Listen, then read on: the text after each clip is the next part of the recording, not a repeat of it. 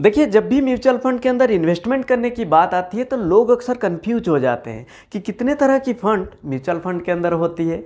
नमस्कार, मैं Vijay Kumar, business consultant.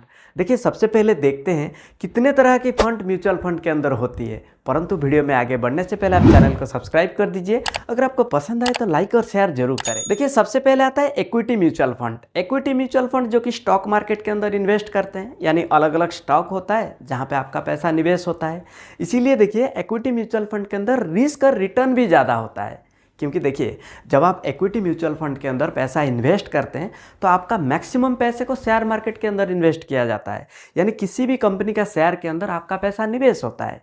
परंतु देखिए, इक्विटी म्यूचुअल फंड के अंदर ना कई कैटेगरीज आ जाते हैं। लाइक देखिए, लार्ज कैप इक्विटी फंड। अगर आप बड़ी कंपनी के अंदर इन्वेस्टमेंट करते हो तो उसे कहते हैं लार्ज कैप इक्विटी फंड, जो कि पहले 100 कंपनी के अंदर आते हैं। लाइक देखिए, रिलायंस, TCS, हिंदुस्तान यूनिलीवर, ऐसे और भी बड़ी कंपनी है जो लार्ज कैप के अंदर आते हैं।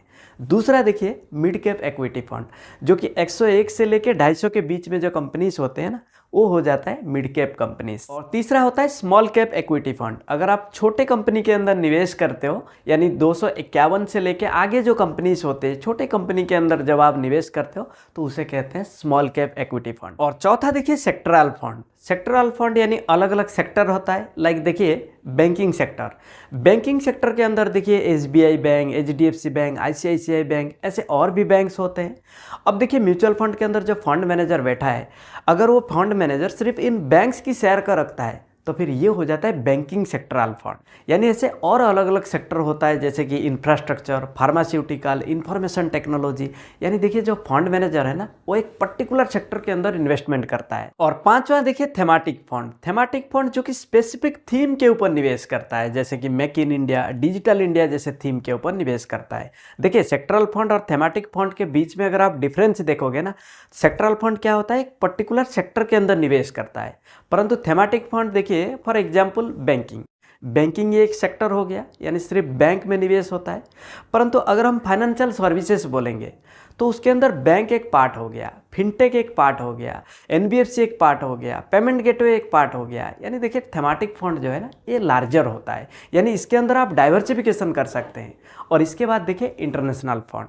तो ये सारे जो फंड है ना, ये इक्विटी म्यूचुअल फंड के अंदर आता है। और दूसरा होता है देखिए, डेब्ट म्यूचुअल फंड। देखिए, जो डेब्ट म्यूचुअल फंड है ना, ये इक्विटी म्यूचुअल फंड का बिल्कुल विपरीत है, क्योंकि ये स्टॉक मार्केट के अंदर इन्वेस्टमेंट नहीं करते हैं। तो फिर ये कहाँ पे इन्वेस्टमेंट करते हैं? ये गवर्नमेंट बॉन्ड पे इन्वेस्टमेंट करता है, कंपनी FD पे इन्वेस्टमेंट करता है, कॉर्पोरेट FD पे इन्वेस्टमेंट करता है। यानी देखिए, जो नॉर्मल हम बैंक पे FD करते हैं ना, उससे कॉर्पोरेट FD थोड़ा अलग होता है।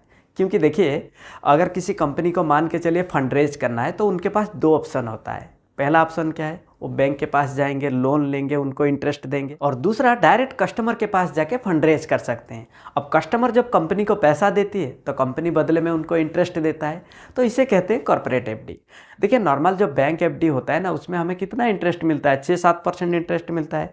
परंतु कॉर्पोरेट FD के अंदर आपको 8 से 9% इंटरेस्ट मिलता है। और इसे ऑफर कौन करता है? श्रीराम फाइनेंस, बजाज फाइनेंस, ऐसे NBFC कंपनी इसे ऑफर करता है। देखिए, ये अलग टॉपिक हो जा रहा है। अगर आप इसके ऊपर वीडियो चाहते हैं तो आप मुझे कमेंट कर दीजिए। मैं बैंक FD और कॉर्पोरेट FD के बीच में क्या डिफरेंस है, इसके ऊपर एक अलग वीडियो आप लोग के लिए बना दूंगा। यानी देखिए, डेब्ट फंड के अंदर आपका सारा पैसा फिक्स्ड इनकम सिक्योरिटीज के अंदर इन्वेस्टमेंट होता है। लाइक देखिए, कंपनी को, फाइनेंशियल इंस्टीट्यूशन को, गवर्नमेंट को एक तरह की म्यूचुअल फंड इनको लोन प्रोवाइड करते हैं और बदले में इंटरेस्ट मिलता है। यानी देखिए, इक्विटी और डेब्ट के बीच में अगर आप डिफरेंस देखोगे, देखिए, जब कोई भी पैसा उठाते हैं अपने बिजनेस को ग्रो करने के लिए, तो 2 तरीके के पैसा हो सकता है। एक, जो आपको वापस नहीं करना है, यानी बदले में आप उनको भागीदारी देते हैं, आप अपने कंपनी का ओनरशिप देते हैं, तो इसको कहते हैं इक्विटी का पैसा।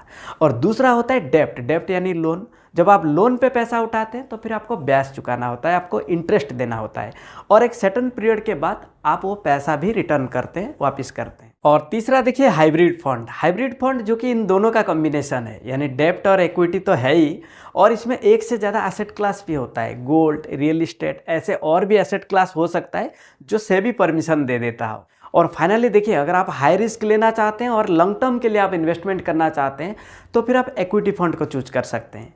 अगर आप बिल्कुल भी रिस्क नहीं लेना चाहते हैं तो फिर आप डेब्ट फंड को चूज कर सकते हैं। अगर आप थोड़ा रिस्क और थोड़ा आप सेफ रहना चाहते हैं, लो रिस्क लेना चाहते हैं, तो फिर आप हाइब्रिड फंड को चूज कर सकते हैं। तो इस वीडियो के अंदर इतना ही था, परंतु आने वाले वीडियो के अंदर मैं आपको इक्विटी म्यूचुअल फंड के ऊपर डिटेल में बताऊंगा। अगर आप वो वीडियो देखना चाहते हैं तो चैनल को सब्सक्राइब कर दीजिए। अगर हाँ आपको ये वीडियो पसंद आए तो लाइक और शेयर जरूर करें। तब तक के लिए मैं विजय कुमार आप सभी लोगों को हृदय की गहराइयों से बहुत बहुत धन्यवाद।